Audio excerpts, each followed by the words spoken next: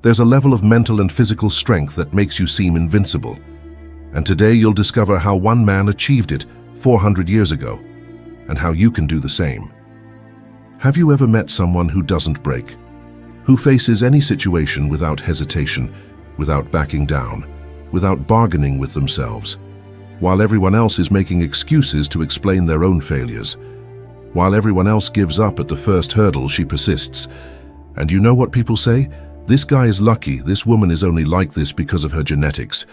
This guy only got there because he's friends with the boss. But what many people don't accept is that there's a very high price to pay. Many don't want to pay that price, and they still want to condemn those on the battlefield. However, there was a man in Japan who lived during the Tokugawa era. This man won over 60 duels. He started at age 13 and never lost. If you follow this channel, you know who I'm talking about. Maybe his name is in the title of the video, so it's no secret to anyone else. His name was Miyamoto Musashi, and he wasn't the strongest physically nor the fastest. But he developed something no one could break, a mind that knew no hesitation and a body that knew no limits. Before he died, he wrote it all down in his book, Gorin no Sho, the Book of 5 Rings. And within those pages lies the exact map for how to transform your mind and body into something that people will look at and think, how is that possible? But there's a catch. Musashi's method isn't about motivation, it's about elimination. He didn't build strength by adding things, he built it by removing everything that was getting in the way. Before I show you exactly how this system works, I invite you to subscribe to the channel, like the video, and comment. What's your biggest mental or physical weakness that you want to eliminate? This really helps the channel reach more people. Plus, I enjoy reading all the comments and interacting with you. Thank you very much for your attention. Back to the video. Chapter 1. The Awakening. The story I'm going to tell you today begins with a guy named Lucas, an engineer, 32 years old, married, with 2 kids. A normal guy, a normal life, normal problems. But Lucas had a specific problem. He was weak. Not just physically, mental too. He woke up every day promising to work out. He bought a gym membership 3 times, cancelled all 3. He started a diet on Monday and broke it on Wednesday. He promised to wake up early, but hit the snooze button 7 times. The pattern was always the same. Strong intention, weak execution. And that wasn't the only thing that was worse. When things got tough at work, he'd freeze up. When he needed to have a difficult conversation with his wife, he'd put it off. When his children needed correction and to learn about discipline and values, he left it to her to handle. Lucas was living on autopilot, reacting, never acting, until the day he had a panic attack in front of his boss. In the middle of an important meeting, his heart raced, his hands sweated, and the room began to spin. He had to leave. He went to the doctor. Tests were normal. The diagnosis: stress, anxiety, and lack of mental fitness. The doctor said something that changed everything. Your body is responding to threats that don't exist because your mind isn't trained to distinguish real danger from discomfort. You need to train your nervous system. Lucas returned home and began researching how to train the mind, how to build real mental strength. That's when he discovered Miyamoto Musashi. And more specifically, he discovered that Musashi didn't write a philosophy book. He wrote a manual of warfare applied to life. Chapter 2. The Principle of Elimination. The first thing Luke read in the Book of 5 Rings was something that seemed contradictory. Have no preferences. Do not depend on any particular weapon. He didn't understand at first. How do you become strong without having a preference? How do you master something without depending on it? Then came Musashi's explanation. Your strength cannot depend on perfect conditions. If you can only train when you have equipment, you are weak. If you can only meditate when you are silent, you are weak. If you can only focus when you are rested, you are weak. True strength is the ability to perform in any condition. Musashi practiced with wooden swords, metal swords, 2 swords, 1 sword, no sword at all. He fought day and night in the sun, in the rain, in the cold, in the heat. Why? Because the enemy doesn't wait for you to be ready. Lucas realized he was the opposite of that. He could only be productive at the office. He could only work out if he'd slept well. He could only eat healthy if his wife prepared the meals. All his discipline depended on external factors. So he did what Musashi taught. He eliminated dependencies. It started small. Push-up training. No gym, equipment, specific schedule, nothing needed. Just body and floor. He chose 20 push-ups every day. Anytime, any place, any conditions. The first week was easy. The second week, his body started to ache. The third week, he traveled for work. The fourth week, he got the flu. This is where he always gave up before. But this time, he remembered Musashi's principle. Practice must continue regardless of circumstances. Traveling? Push-ups in the hotel room? Got a cold? 10 push-ups instead of 20. No energy? 5 push-ups. But never 0. Chapter 3. Haijoshin, the Still Mind. By day 40, Lucas was doing push-ups automatically, but his mind was still a mess. Anxiety about work, worry about money, fear of disappointing his family. He was getting stronger physically, but mentally he was still fragile. It was then that he encountered the concept that Musashi considered more important than any fighting technique. Haijoshin, the everyday mind, the mind that does not change. Musashi wrote, "At the moment of battle, your mind should be exactly the same as your mind when you are drinking tea.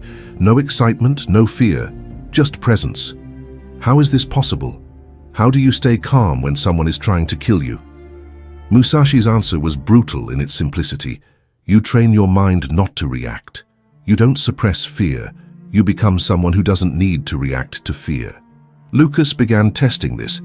Every time he felt anxiety rising, in traffic, in a difficult meeting, in an argument with his wife, he did one thing. He took a deep breath and observed the sensation without reacting to it. It sounds simple, but it was torture at first. His body wanted to scream, argue, run away, but he just watched. My heart is racing, my hands are sweating, my jaw is tense. Just observation, no judgment, no reaction. The first time it worked was in a meeting where his boss started yelling at him in front of everyone. The old pattern was freezing, sweating, and stuttering. This time, Lucas felt the fear coming on, recognized it, and continued speaking normally. His voice didn't shake, his hands didn't sweat. He responded clearly. The boss was confused, the team was shocked. But Lucas knew what had happened. He had accessed Haijoshin for the first time. The mind that doesn't move. A Stanford University neuroscientist who has been studying emotional regulation for 18 years explains, when you practice non-reactive observation of difficult emotions, you are literally rewiring your amygdala. Over time, the activation threshold increases. What once triggered panic now triggers only recognition. Chapter 4. Senshi no Michi, the Way of the Warrior. But Musashi knew that a calm mind without a capable body is an illusion. You can have perfect emotional control, but if your body can't handle it, you lose. He wrote, "Train hard with wooden swords to strengthen the body.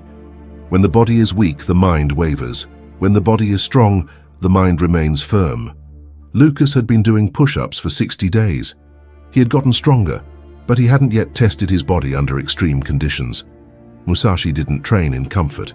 He trained to the limit and then went beyond. So Lucas decided to do something that seemed insane, 100 push-ups a day for 30 days. No matter how long it took, no matter how many breaks he needed, he was going to complete 100 every single day. Day 1 took 45 minutes. Day 5 he could barely lift his arms. Day 10 his wife told him he was overdoing it. Day 15 he did 100 push-ups in 20 minutes. Day 30 he did them in 12 minutes without stopping. But what changed wasn't just the body, it was the mind. When you prove to yourself that you can do something that seemed impossible, you stop dealing with the difficulty. You just do it. Musashi called this Senshi no Michi, the way of the warrior. It's not about talent, it's about eliminating the idea that there's something you can't do if you train hard enough. Chapter 5. Zanshin, Permanent Consciousness. Lucas was physically stronger, mentally calmer, but Musashi had a third principle that separated ordinary warriors from legends, Zanshin, literally translated, the mind that remains. It doesn't mean being always alert in the sense of tense. It means being always present, always aware, never disconnected. Musashi wrote of warriors who won a duel but let their guard down and were attacked while celebrating. He said, "The battle does not end when the enemy falls. It ends when you are safe." Zanshin is the consciousness that does not relax until everything is truly resolved. Lucas realized he was living the opposite of this. He'd finish a project and immediately relax completely. He'd reach a goal and stop training. He'd solve one problem and ignore the signs of the next. He began practicing Zanshin in real life. After finishing his push-ups, instead of collapsing on the floor, he would stand for 30 seconds, breathing and being mindful. After a difficult meeting, instead of immediately checking his phone, he would sit for a minute processing what had happened. It seems small, but it changes everything. When you maintain awareness after the action, you integrate the learning. When you immediately tune out, you lose the lessons. Within 90 days, something had completely changed in Lucas. People at work started commenting, "You seem different. You're more present. Man, you don't get fazed by anything." His wife was the most direct. "What happened to you? You seem like a different person." And she was right, he was different. Chapter 6. Fudoshin. The mind that does not move, but the real test came on day 105. Lucas was called into an emergency meeting. The company was making cuts. He was going to be fired. The old pattern would have sent me into panic mode. Heart racing, mind spiraling, catastrophic scenarios swirling. But something different happened. He felt the initial shock. He recognized the sensation. And then, nothing. His mind didn't react. His body didn't go into fight or flight mode. He was simply present with the information. "I see. What's the schedule?" The boss was surprised by the calm. "You have 30 days, sorry, Lucas." "Okay, thanks for letting me know." Lucas left the room, returned to his desk, and continued working. His colleagues, who had been laid off along with him, were in a panic. They were calling home, crying, paralyzed. Lucas was calm.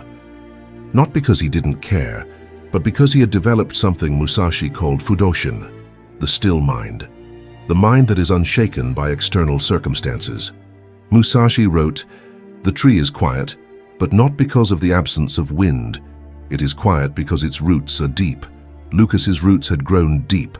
105 days of flawless training, 105 days of emotional observation without reaction, 105 days of continuous awareness. When the storm hit, he didn't break because he'd already been tested 1,000 times as a child. Over the next 30 days, while everyone else was panicking, Lucas was in action. He updated his resume, activated his network, and went on interviews. By the 23rd, he had 3 job offers. He chose the best one. He left his old company earning 40% more. The colleagues who panicked, they were still unemployed 3 months later.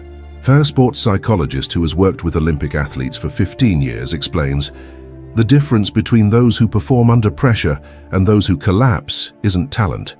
It's how much time they spent deliberately exposing themselves to discomfort. Resilience isn't something you have, it's something you build, repetition by repetition." Chapter 7. Hyoho, the strategy of void. But Musashi had one last principle that was the most difficult to understand and the most powerful to apply. Hyoho, the strategy of emptiness. He wrote, "In combat, do not intend to win, intend not to lose." It seems the same thing, but it is not. When you fight to win, you create openings. You push, you expose yourself, you risk too much. When you fight not to lose, you remain whole, without gaps, without weakness. Lucas applied this to his new job. Instead of trying to impress everyone and demonstrate his value immediately, he simply didn't make mistakes. He arrived on time, delivered what he promised, didn't create drama, and didn't make promises he couldn't keep. 3 months later, he was promoted.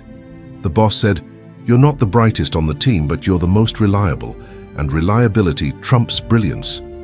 That's Hyoho. You don't have to be the best. You have to have no weaknesses. Musashi never lost a duel, not because he was stronger or faster. He never lost because he never gave an opening. He studied his opponent, waited for a mistake, and executed. Absolute efficiency, zero waste. Lucas began to apply this to everything. In his diet, he didn't try to eat perfectly. He simply never ate junk food. In his training, he didn't try to break records. He simply never failed a day. In his relationships, He didn't try to be the perfect husband. He simply never broke his word. No weaknesses, no loopholes, no excuses. Chapter 8. Sutemi, letting go of the self.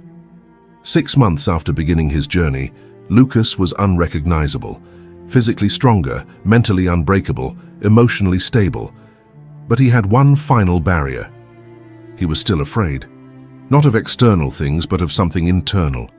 Afraid that if he stopped for a day, everything would fall apart.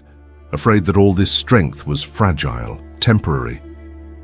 That's when he encountered Musashi's ultimate concept, Sutemi, abandoning the self. Musashi wrote his final words shortly before he died. I regret nothing. I fear nothing. I desire nothing.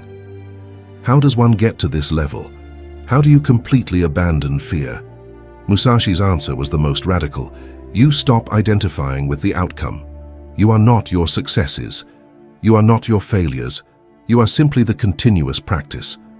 Lucas tested this in an extreme way. He stopped counting training days. He stopped celebrating milestones. He stopped posting progress on social media. He removed all external validation. The training continued, the meditation continued, the discipline continued. But now without ego, without the need for recognition, without the fear of losing what had been built.